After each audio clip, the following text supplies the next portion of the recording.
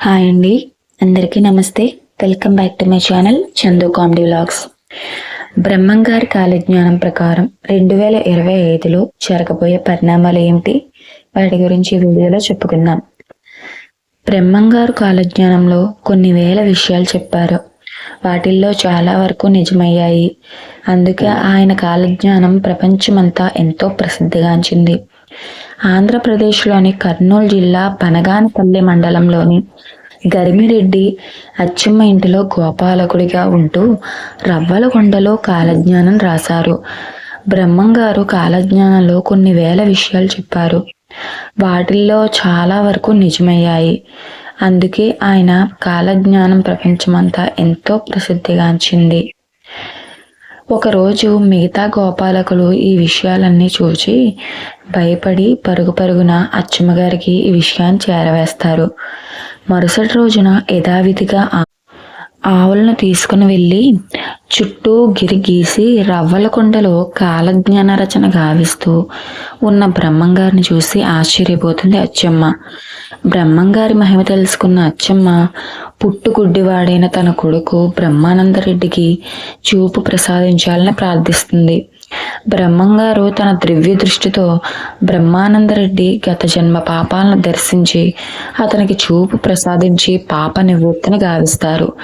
గుహలో కూర్చుని రాసిన తాళపత్ర గ్రంథాలు మఠంలో నేటికి ఇప్పటికీ భద్రంగానే ఉన్నాయట.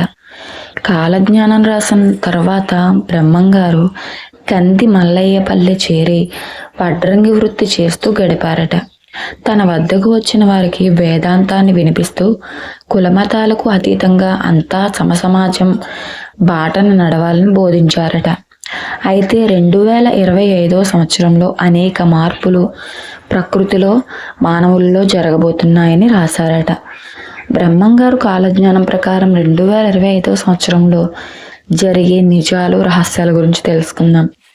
తిరుపతి వెంకటేశ్వర స్వామి ఆలయంలోకి మొసళ్ళు ప్రవేశించి 3 రోజుల పాటు పూజలు లేక తలుపులు మూసివేసి ఉంటాయని బ్రహ్మంగారి కాలజ్ఞానంలో రాసి ఉంది. శ్రీ వెంకటేశ్వర స్వామి వారి సొమ్మును దొంగలు అపహరిస్తారని కూడా రాశారు. గరుడ ధ్వజంలో ఓంకారనాదం పుడుతుందట. తిరులవురి శ్రీ వీరనాగవ స్వామికి చెమటలు పడతాయని కూడా కాలజ్ఞానంలో ఉంది. ధాన్యాల ధర విపరీతంగా పెరిగిపోతుందని, బియ్యం కొనలేని పేదవాళ్ళు ఆకలితో చనిపోతారని, ఆకలి చావులు పెరుగుతాయని కూడా రాశారట. అంతేకాదు, రాబోయే భవిష్యత్తులో జరిగే పలు సంఘటనలు కూడా బ్రహ్మంగారు వెల్లడించారు.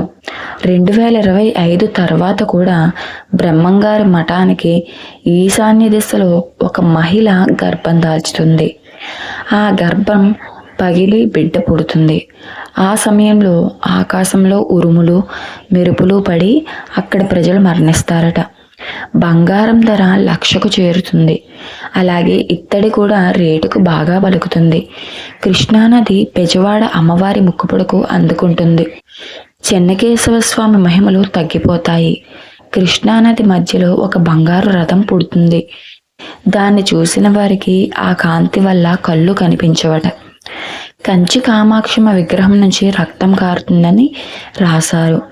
ఆయన చెప్పినట్టుగానే కొన్నైతే అక్షరాలా జరిగాయి, కొన్ని జరుగుతూనే ఉన్నాయి, భవిష్యత్తులోనూ జరుగుతాయేమో. బ్రహ్మంగారు తన కాలజ్ఞానంలో చెప్పినట్టే ప్రస్తుతం కొన్ని సంఘటనలు జరుగుతున్నాయి. ఆయన తనకి ఉన్న మేధోశక్తితో ముందు రోజుల్లో జరిగే ఎన్నో విషయాల్ని ఆయన అప్పట్లోనే తెలియజేశారు. అయితే బ్రహ్మంగారు తన కాలజ్ఞానంలో చెప్పిన కొన్ని విషయాలు జరిగితే మరికొన్ని జరగలేదు. అయితే ఆయన ఖగోళ శాస్త్ర ఆధారంగా చెప్పిన కొన్ని విషయాలను కూడా ఇప్పుడు తెలుసుకుందాం. ప్రపంచంలో ఏ వింత జరిగినా కూడా బ్రహ్మంగారు ఈ వింత గురించి అప్పుడే చెప్పారని చెప్పడం పొరపాటే. అయినా చెప్పిన కొన్ని విషయాల గురించి ఇప్పుడు తెలుసుకుందాం.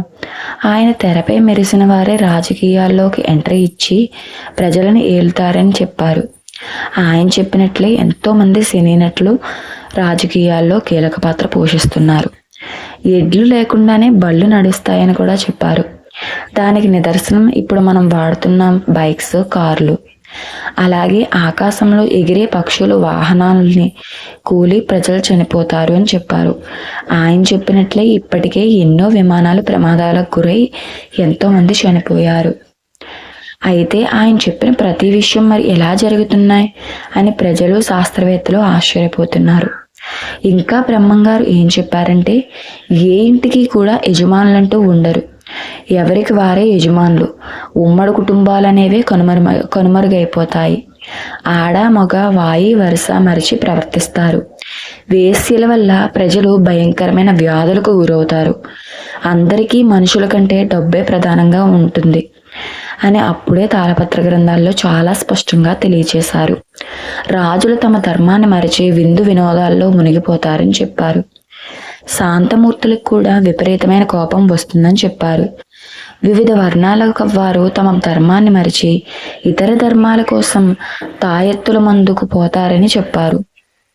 అదే విధంగా ఆ ధర్మాన్ని ఆచరించి నాశనం అవుతారని కూడా అన్నారు.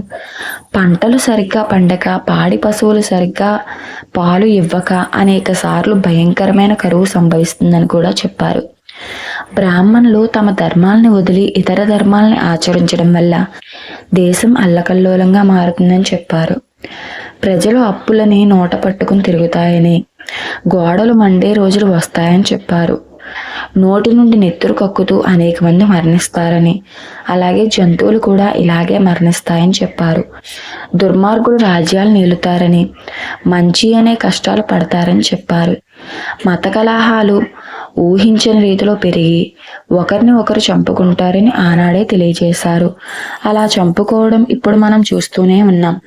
నీళ్లతో దీపాలు వెలిగిస్తారని, ఇతర దేశస్థులు భారతదేశాన్ని పాలిస్తారని చెప్పారు.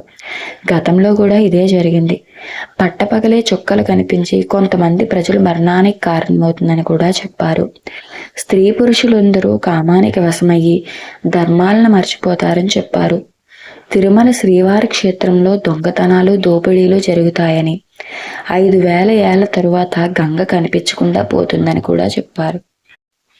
కృష్ణానది మధ్య బంగారు తేరు పుడుతుందని, అది చూసిన వారు కళ్ళు కనిపించకుండా పోతాయని చెప్పారు. ప్రపంచంలో రోజు రోజుకి పాపాత్ముల సంఖ్య పెరిగి పుణ్యాత్ముల సంఖ్య గణనీయంగా తగ్గిపోతుందని కూడా తెలియజేశారు.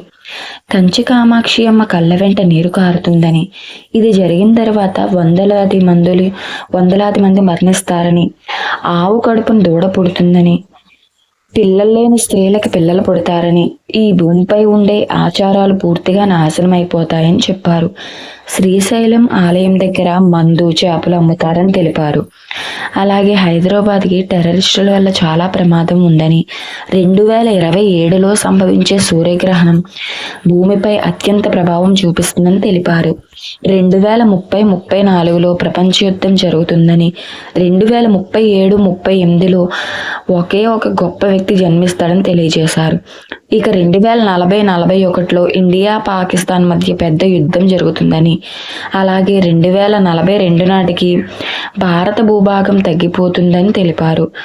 జనుల కడుపులో మంటలు పుడతాయని, నోటిలో బొబ్బలు లేస్తాయి, నెత్తురు కక్కుతూ రోగాల పాలై జనాలు అందరూ మరణిస్తారని, జంతువులు కూడా చనిపోతాయని ఆయన కాలజ్ఞానంలో తెలిపారు. మనకి ఇప్పటి వరకు అన్నీ జరిగినట్టే ఇవి కూడా జరుగుతాయని ప్రజలు నమ్ముతున్నారు. అయితే బ్రహ్మంగారి కాలజ్ఞానంలో రాసిన ఇంకా మరికొన్ని రహస్యాలు చాలానే ఉన్నాయి. అవి కూడా తెలియజేస్తాను. దాని గురించి ఇంకొక వీడియో మీకు పెడతాను. ఈ వీడియో కనుక మీకు నచ్చితే లైక్ చేయండి. మీరందరూ లైక్స్ చేసి సపోర్ట్ చేస్తారని ఆదరిస్తున్నాను. అలానే మన ఛానల్ ఇంకా ఎవరైనా సబ్స్క్రైబ్ చేసుకోకపోతే చందు కామెడీ వ్లాగ్స్ అనే ఛానల్ సబ్స్క్రైబ్ చేసుకోండి. Thanks for watching.